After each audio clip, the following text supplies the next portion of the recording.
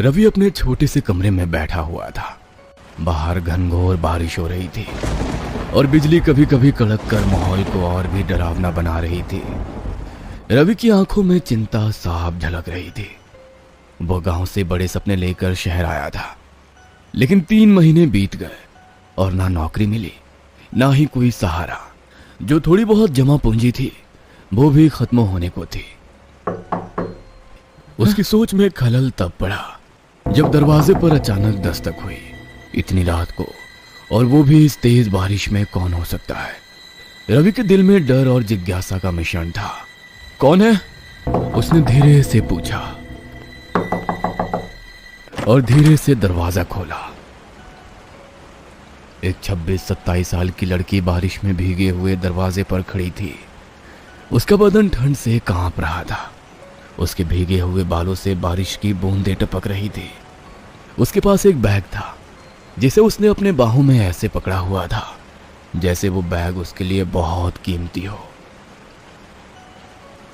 मुझे माफ कीजिए, मेरी गाड़ी यहाँ खराब हो गई है और इस बारिश में कहीं और जाना संभव नहीं। क्या मैं कुछ देर यहाँ रुक सकती हूँ? रवि ने उस औरत को ऊपर से नीचे तक देखा। उसके ठीक पीछे कुछ दूरी पर एक गाड़ी खड़ी हुई थी।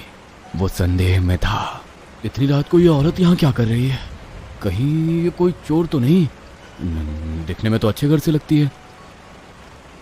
लेकिन इंसानियत के नाते उसने कहा, अब ठीक है, आप अंदर आ जाइए, बारिश में बाहर खड़े रहना सही नहीं होगा।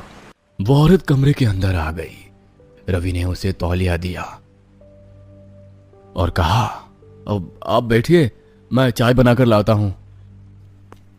कुछ ही देर में वो चाय लेकर लौटा। धन्यवाद। मेरा नाम रिया है। मैं पास के शहर से आई थी, लेकिन रास्ते में गाड़ी खराब हो गई। यहाँ मदद के लिए कोई नहीं दिखा तो आपके मकान की तरफ आ गई। मैंने सोचा कोई मदद मिल जाएगी। रवि ने हल्की मुस्कान देते हुए अपना नाम बताया। अब मैं रवि हूँ, यहाँ काम की तलाश में आया हूँ। वैसे ये जगह रात के समय थोड़ी डरावनी लग सकती है क्योंकि आसपास ज्यादा लोग नहीं रहते। रिया ने चाय की चुस्की लेते हुए उसकी बात पर सहमति जताई। कुछ पलों के लिए खामोशी छा गई। बारिश की आवाज कमरे में गूंज रही थी। तभी रिया ने कहा, क्या मैं आपका फोन इस्तेमाल कर सकती हूँ? मेरे फोन की बैटरी खत्म हो गई है। रवि ने फोन उसकी तरफ बढ़ा दिया। रिया ने फोन पर किसी से बात की। हाँ, मैं सुरक्षित हूँ, आज रात सब काम हो जाएगा, उसने कहा और फोन बंद कर दिया। रवि कुछ पूछ पाता उससे पहले ही बिजली चली गई। पूरा कमरा अंधेरे में डूब गया। रवि ने मोबाइल की टॉर्च जलाई और चारों ओर देखा, लेकिन रिया वहां नहीं थी। अब ये कहां चली गई? रवि ने घबराते हुए सोचा। उसने कमरे का कोना कोना छान मारा, लेकिन रिया का कोई पता नहीं चला। तभी दरवाजे पर दोबारा दस्तक हुई। रवि ने दरवाजा खोला तो उसका दोस्त विजय खड़ा था। क्या हुआ भाई? इतनी रात को तू इतना घबराया हुआ क्यों है? कोई डरावना सपना देखा क्या? ऐसा ही कुछ समझ। रवि ने पूरी घटना विजय को बताई। विजय ने हैरानी और चिंता के साथ कहा, तूने एक अजनबी औरत को अंदर कैसे आने दिया? तुझे पता है ना आजकल इस शहर में कितनी चोरियां हो रही हैं। मुझे लगा कि वो मुसीबत में है, पर अब वो कहीं नजर नहीं आ रही।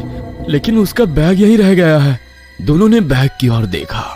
तुझे क्या लगता है, क्या हो सकता है इसके अंदर? विजय ने धीरे से बैग खोला।